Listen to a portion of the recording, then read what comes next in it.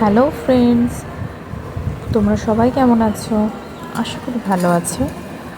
তো আজকে আবার আমি একটা ব্লগ নিয়ে চলে এলাম। যদিও এটা মিনি বলবো না, কারণ এটা একটু বড় হয়েছে।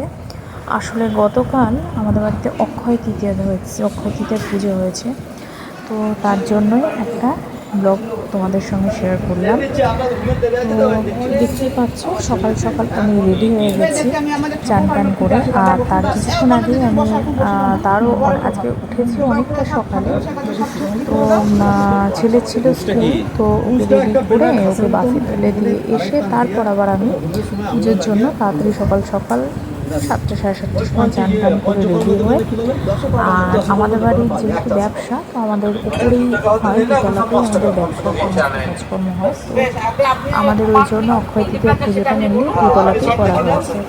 তো আমি চান টান করে সোজা উপরে উঠে গিয়ে আমার শাশুড়ি মা ছিল, আমার মাসি শাশুড়ি ছিল, তো সবার সঙ্গে গিয়ে একটু পুজোর ফল টল কেটে ফেটে দেওয়া, যেটা জোগাড় করা যাবতীয় যা করার পুজো আচ্ছা সেগুলো সব করা করে টোরে পুরো রেডি করে নিয়ে তারপরে ঠাকুরমশাই চলে এসছে। তো ঠাকুরমশাই পুজো শুরু করে দিয়েছে। যদিও ঠাকুরমশাইয়ের টাইম ছিল 9:30, প্লাস ঠাকুরমশাই আসতে নিতে ওটা প্রায় 10টা বাজিয়ে দিয়েছে।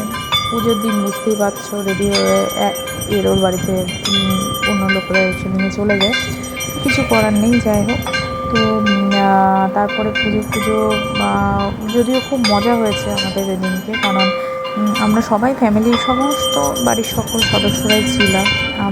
আমরা ছিলাম, আমার শাশুড়ি মা, এদিকে আমার ভাসুরের বউ, দেওর, তো সবাই মিলে বেশ ভালো মজা হয়েছে। আমার কাকা শ্বশুর ছিলেন।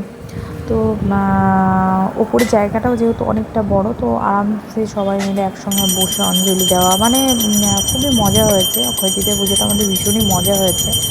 তো তারপরে পুজো কমপ্লিট হওয়া অবধি তোমরা দেখো। আর হ্যাঁ, আমি জানি আমি হয়তো অনেক ভুলভাল বকছি, তার কারণ আমার খুব একটা আমি খুব একটা আমার অভ্যাস নেই এরকম করে এই ভয়েস ওভার দিয়ে বলা। তো ওই জন্য আমার বেশিরভাগই এমন করে কেটে যাচ্ছে। যাই হোক, তোমরা ভিডিওটা দেখতে থাকো, আর তোমাদের যদি ভালো লাগে অবশ্যই আমাকে জানিও। হ্যাঁ, আর ভালো লাগলে চ্যানেলটাকে সাবস্ক্রাইব করে দিও।